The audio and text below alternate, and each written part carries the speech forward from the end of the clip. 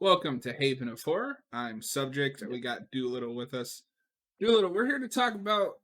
I don't know if you call it a proto slasher, but it's definitely a slasher of some Mhm. sorts. Of blood It's and a black Jala. lace. Yeah. Yep. Uh, I like this movie quite a bit, but I'm gonna let you take the lead on this one too because this was your pick, and tell us a little bit of blood and black lace. Okay, so this is it's a Giallo film, directed by Mario Bava. Um, it's about a killer who goes around and stalks and kills various people in this fashion house in Rome, and it's very much about the corruption of an elite social like kind of like the upper echelon of the social ladder, and discussing how the past kind of haunts you and all that, like just very traditional themes of Giallo films.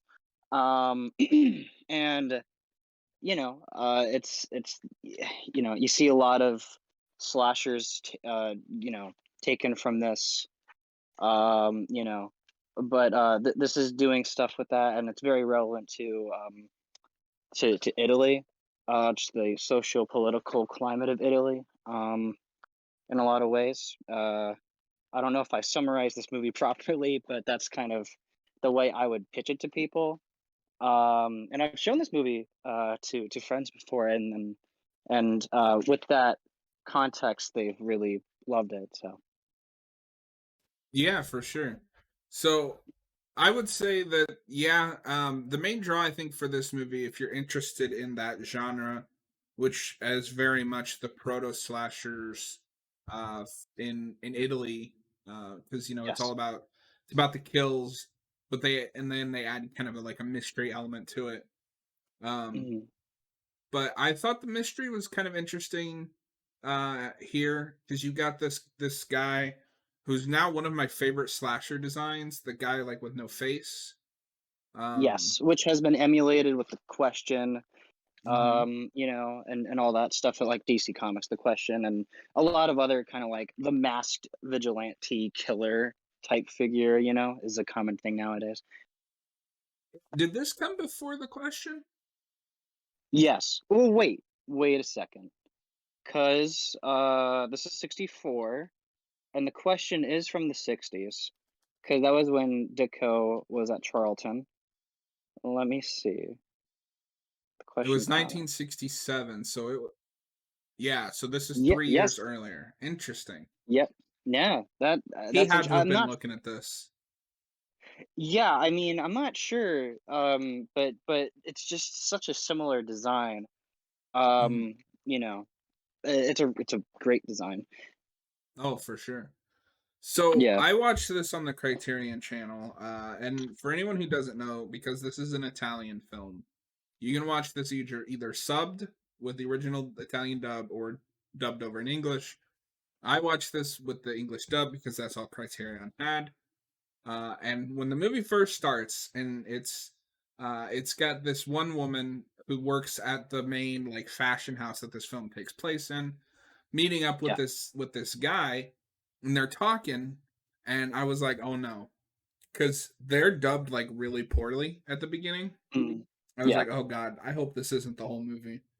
But for anyone who is curious and is like me who prefers English dubs, the dub gets much better once you get to what I guess you could say the main cast. Because the woman, at least the woman at the very beginning, is killed very quickly by the killer. yeah. And then we move on to meet the rest of our characters who all work at this fashion house. And you could almost say it's kind of a critique as well of, I guess, like powerful rich people in Italy. Yes, it definitely is, and I mean, because a lot of the Italian giallo is coming off of the paranoia and the sort of like uncertainty of people in power following Mussolini's reign in Italy, Mhm. like it's very informed by that period, and the aftermath of that. And it's interesting, watching this film with that mindset because I don't think anyone in this movie is a very wonderful person. I feel like there's a lot of uncertainty to everyone's kind of moral censure. They're very dubious figures we're following. Yeah, very dubious, but very, very real. Because all of the things that I think start their moral ambiguity are real things, like somebody you care for, or just trying to get through the day, Hmm. or trying to stay at work. Because I imagine I don't know shit about the fashion industry, but I imagine Yeah, that the idea is this is a very high class fashion house, and like the people who work there want to do whatever it takes to keep their job. yeah, yeah. That's definitely a big part of it for sure. And then you've got stuff Um, like yeah, this guy Marco, who's pill popping, has feelings for one of the women, and like yeah, he doesn't handle it very well. And got mhm, the mystery of the killer who has a purpose. He's looking for this diary that's got like information that they don't want to get out. So there's a lot of yeah, moving parts. absolutely. And I think that on a narrative level, it's excellent. And the mystery is very captivating. Because I had no idea who the killer was going to be throughout this movie, and once it was revealed, I was like, oh wow, that's definitely a very novel take with that. But also, I think the way this movie is shot is exemplary. I feel like the use of color in this film is splendid. It's great. And Mario Bava is like just one of my favorite directors, just in general. Like he's in my top 10. Would be my top five. Probably should be in my top five. It'll probably change radically throughout my moods, but he's up there, And I feel like the way he did this movie is just like this. This is Italian horror movie. You know what I mean? Like this is just kind of like what I hold up for. Like if you want to get into Italian horror, watch this film because it's kind of just got everything. It's got the color, it's got the gore, it's got the sex, it's got the really mature themes for the time. You know, it's just really good. Oh, absolutely. And I noticed the color as well. I really liked the opening credits and how stylized they were. Oh yeah, oh yeah, And it's got this, and I've only seen two of his films, but I definitely want to watch more. He has this way of making everything feel grander than maybe it actually is, which I think is nice and keeps you engaged. As yeah. well as for the '60s, this is a brutal movie.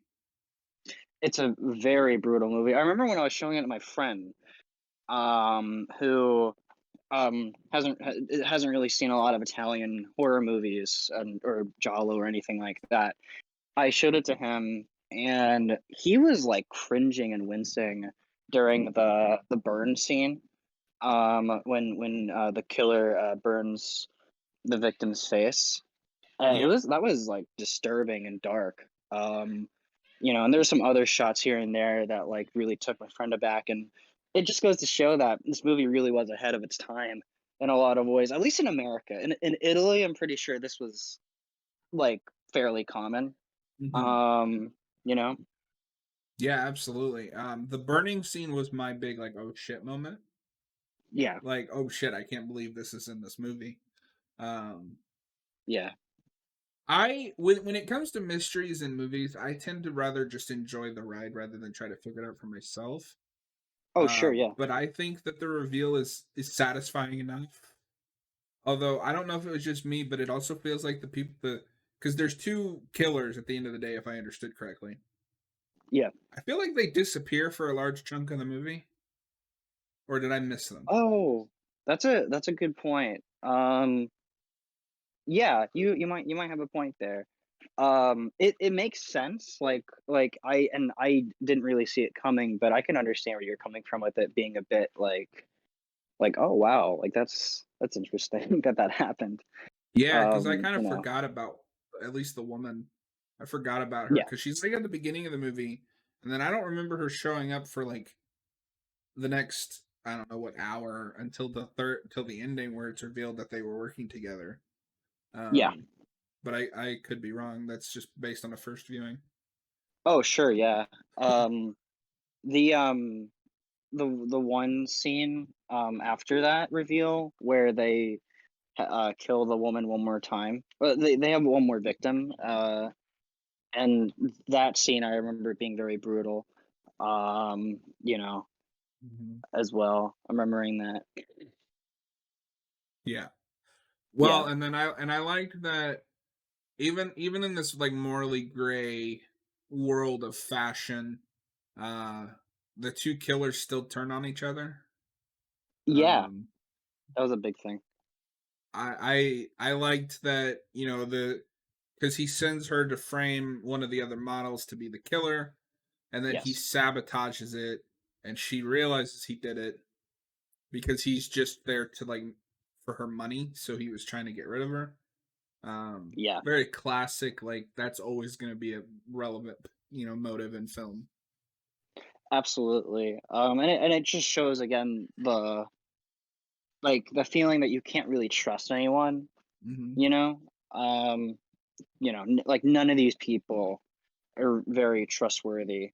Maybe the inspector, but like even then, I mean, that's, you know, like you can't really trust like a lot of the people in the fashion house, and just because like these are killers, obviously like you can't trust those people. You know what I mean? So I think that the movie did a really good job with that Yeah, and I would reveal at the say end. for people who aren't even like, because you're always gonna have those people like, I don't really like older movies. I think there's enough in this movie that I would recommend it, at least on even on just a surface visual level. This movie is interesting. I was just gonna say, I think that you can watch this film without sound, and you can probably still pick up on everything that's happening. And it's also just a great movie to have in the background too. Like if you're working on something, like a lot of the shots in this movie are beautiful. Like you can tell that Mario Bava used to be a painter just Hmm. from watching this film. Like they all look so, like the framing is just wonderful. Yeah, and I guess we Yeah. should mention as well that you know this movie has also been like referenced as an influence by people like Martin Scorsese and Pedro David Lynch. Almodovar, David Lynch. Oh, I can see a lot of Lynch in this movie. I guess I should Yeah. say the other way around, but anyway. No, yeah, Uh, yeah. but yeah, I quite enjoyed this one, and I look forward to checking out more of Brava's work. Yep. Um, but I think I'm kind of said my piece on this. I'm gonna end it with a 3.5. Really good movie. Probably will get better as I rewatch it. Sure, yeah. I'll give it a 4 out of 5. It's great. It's not like, I don't know, like it's just a really, really solid, fun, cool movie to show, to like friends, and also just watch by yourself. I think it's a movie that works on a lot of different levels for me personally. Absolutely, we'll have to do more Brava, and I want to do some Argento as well at some point. Yeah, Bava and Argento are kind of like the go-to people for like Italian horror movies for sure. Um, yeah, and also even outside of like Mario Bava also did this movie called Danger Diabolic, which is great. It's like an Italian comic book adaptation, and it's Mhm. really, really interesting to see them do that, even though he came from a horror place and then he's doing this. All right, I can go on and on about like all this stuff, but it's great. I recommend it. Yeah. Well, we are out of time for this one, but this was interesting. I'm Yeah, glad that you picked these because it kind of expands my palette a little bit. Next week, yep, Austin is picking the movie, so I don't know fully what we're doing yet, but it should be fun. And yeah. we'll talk at you guys next week. Yes. See you guys later.